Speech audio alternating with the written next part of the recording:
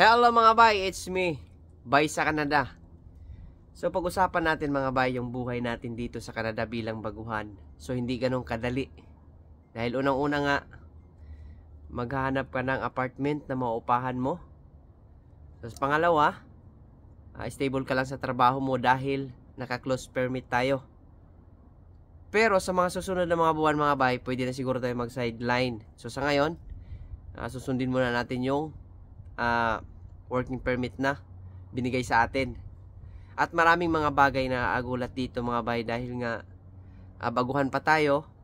So kailangan natin sumunod sa mga rules talaga dahil mahirap naman pagka malagay tayo sa alanganin.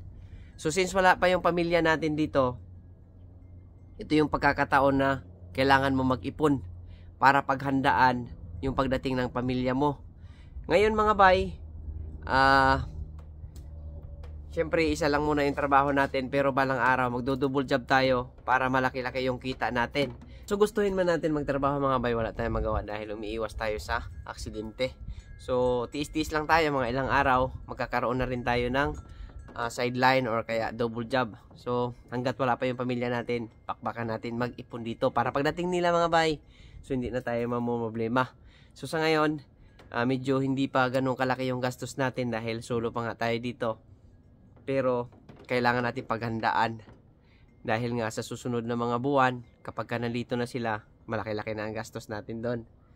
At mga bay, dito nga pala kailangan kapag ka nagtrabaho ka, hindi pwedeng panay absent ka. Iba dito kaysa Saudi Arabia dahil dito kung hindi ka papasok, hindi ka din talaga babayaran.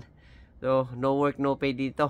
So hindi mo magawa ng paraan na katulad sa Saudi na pwede kang magsakit-sakitan doon dahil ang labanan dito is per hour yung bayad sa'yo. So maraming mga bagay dito na kailangan pagtuunan ng pansin. Sa una dahil hindi ganun kadali.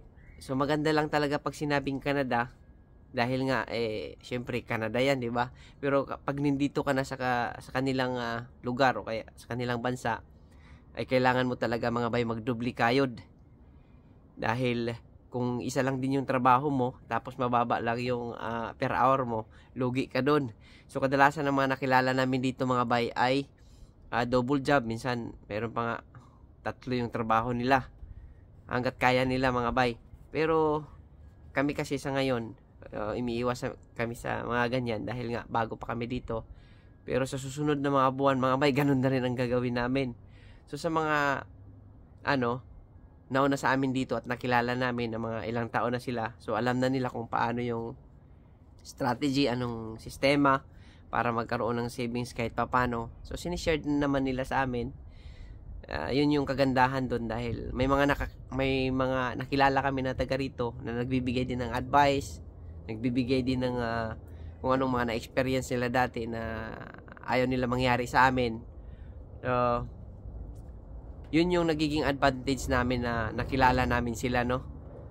Kaya pag sinabing Canada mga bay, talagang masarap pakinggan sa tainga, no? Pero yun yung katotohanan talaga pagdating mo dito mga bay, ay kailangan mong magsipag, doble kayod para magkaroon ka ng extra income, magkaroon ka ng savings. Buti sana kung wala ka mga magulang, siyempre sumusuporta ka rin sa kanila dahil siyempre isa ka rin na inaasahan nila. So kung financial lang, kaya naman mga bay. Pero kung sabihin mo na magkaroon ka ng mga malalaking project sa Pilipinas, magkaroon ka ng negosyo, mahirap din. Kaya hindi ganun kadali mga bay kapag ka nandito ka na sa Canada. So sa mga nagsabi na dito sa Canada magiging maganda ang buhay mo, siguro para sa akin sa ngayon hindi. Pero sa mga dadaan ng ilang taon, yan, mapaganda na yung buhay mo. So, sinishare ko lang sa inyo mga bay dahil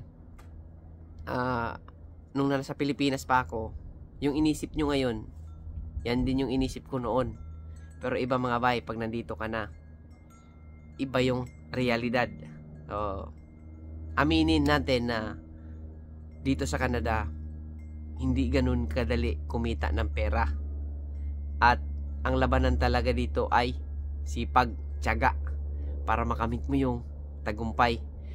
So, sa lahat ng mga nakapanood ng video na to, sa lahat ng mga subscribers ko, sana lahat ng upload ko ay mapanood nyo, masubaybayan nyo. So, ito yung nagiging buhay ko ngayon sa Canada kumpara doon sa buhay ko sa Saudi Arabia. So, yun lang. Sinare ko lang sa inyo yung nagiging buhay ko ngayon bilang isang bay sa Canada. Maraming salamat. God bless. Amping. Bye-bye.